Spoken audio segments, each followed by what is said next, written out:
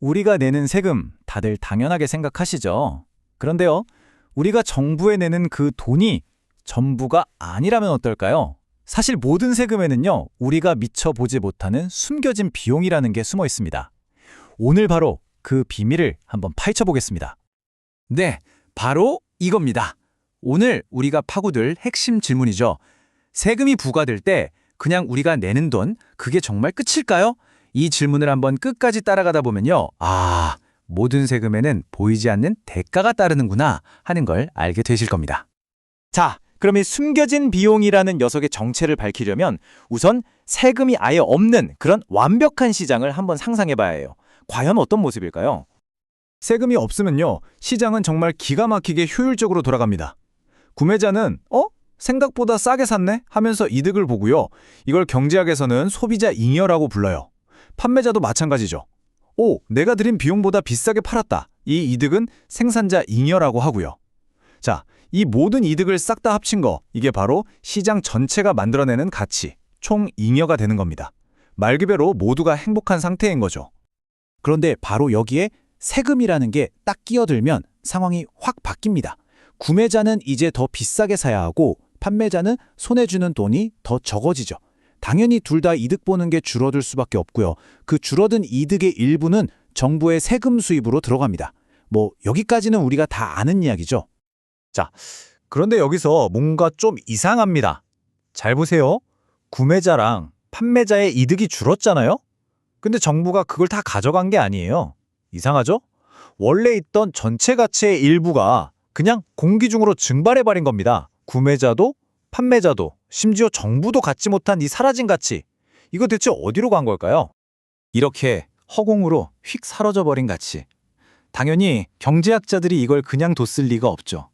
여기에 아주 중요한 이름을 붙였습니다. 바로 경제적 손실입니다. 세금이 시장을 왜곡시켜서 전체 파이가 줄어드는 부분을 말하는 건데요. 더 쉽게 말해볼까요? 세금 때문에 이거 원래는 성사됐어야 할 거래인데? 하는 그런 서로에게 이득이 되는 거래가 아예 사라지면서 발생하는 손실인 겁니다.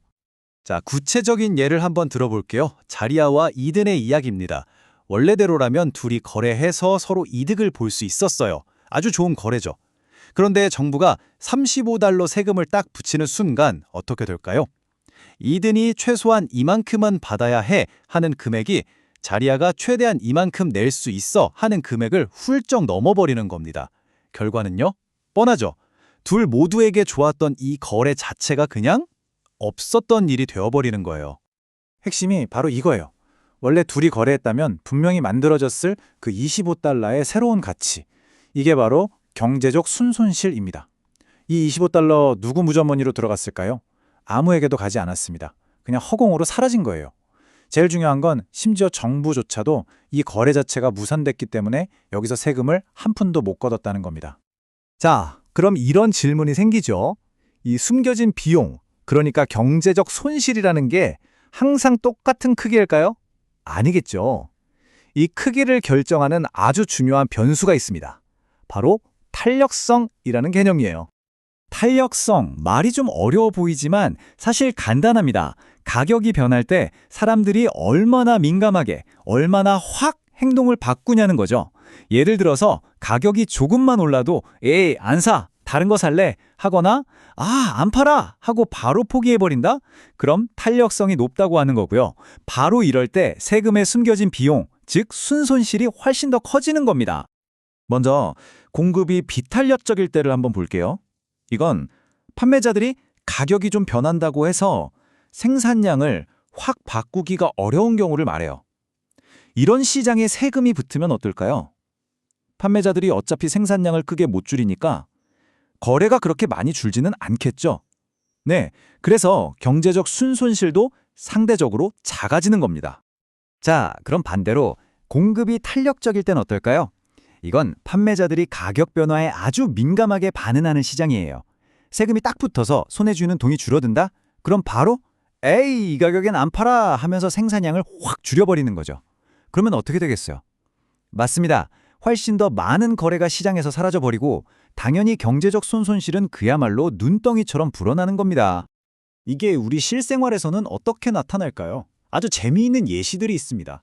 예를 들어서 다른 음료는 다 놔두고 딱 마운틴 듀에만 세금을 붙인다고 생각해 보세요. 그럼 사람들이 그럼 콜라 마시지 뭐 하면서 바로 다른 음료로 갈아타겠죠. 이렇게 행동을 바꾸기 쉬우니까 순손실이 커지는 겁니다. 정리하면 대체할 게 많거나 꼭 필요하지 않은 사치품이거나 아니면 우리가 장기적으로 계획을 바꿀 수 있는 것일수록 세금의 숨겨진 비용은 더 커진다고 볼 수 있는 거죠. 자, 이제부터는 훨씬 더 흥미로운 약간의 반전이 있는 주제로 넘어가 보겠습니다. 만약에 정부가 세금을 계속해서 올리면 정부의 세금 수입은 어떻게 될까요? 상식적으로는 그냥 계속 늘어날 것 같잖아요. 그런데 현실은 우리의 상식과는 조금 다릅니다. 여기에 아주 간단해 보이는 질문이 하나 있습니다. 세율을 지금보다 3배로 올리면 정부가 걷어들이는 세금도 정확히 3배가 될까요? 정답은 아니요입니다. 놀랍게도 아니에요. 왜냐하면 세금을 2배로 올리면요, 우리가 계속 이야기했던 그 숨겨진 비용, 경제적 순손실은 2배가 아니라 4배 혹은 그 이상으로 뛸 수가 있거든요. 한마디로 세금이 커질수록 시장을 얼어붙게 만드는 속도는 훨씬 더 빨라진다는 뜻입니다. 바로 이 놀라운 관계를 보여주는 게 레퍼 곡선입니다. 핵심은 아주 간단해요. 세율을 0에서부터 올리기 시작하면 처음에는 정부의 세금 수입이 쭉쭉 늘어나겠죠. 그런데 어느 지점을 딱 넘어가는 순간부터는 세율을 더 높이는데도 불구하고 오히려 총 세금 수입이 줄어들기 시작한다는 겁니다. 왜냐고요? 세금이 너무 높아져서 시장 자체를 죽여버리니까 거들 세금의 원천이 사라져버리는 거죠. 정말 놀라운 역설 아닌가요? 자, 그래서 이 모든 게 대체 왜 중요할까요? 이게 그냥 경제학 교과서에만 나오는 이야기일까요? 절대 아니죠. 바로 우리 현실의 가장 뜨거운 정치적 논쟁과 아주 깊이 연결되어 있기 때문입니다. 우리가 흔히 말하는 큰 정부냐 작은 정부냐 하는 논쟁이 있잖아요. 사실 그 논쟁의 핵심을 파고 들어가 보면 바로 이 세금의 경제적 순손실이 얼마나 크다고 보느냐에 대한 생각 차이입니다. 만약 여러분이 에이, 세금의 순손실 그거 별로 안 커 라고 생각하신다면 정부가 여러 프로그램을 운영하는 데 드는 사회적 비용이 적다고 보는 거니까 더 적극적인 큰 정부를 지지할 수 있겠죠? 반면에 아니야, 순손실이 생각보다 훨씬 커 라고 믿는다면 정부 프로그램의 비용이 너무 크다고 생각해서 더 작고 효율적인 정부를 주장하게 되는 겁니다. 그리고 이 논쟁이 가장 치열하게 벌어지는 곳이 어디냐면 바로 노동소득세입니다. 왜냐하면 이게 정부 세금 수입의 가장 큰 부분을 차지하거든요.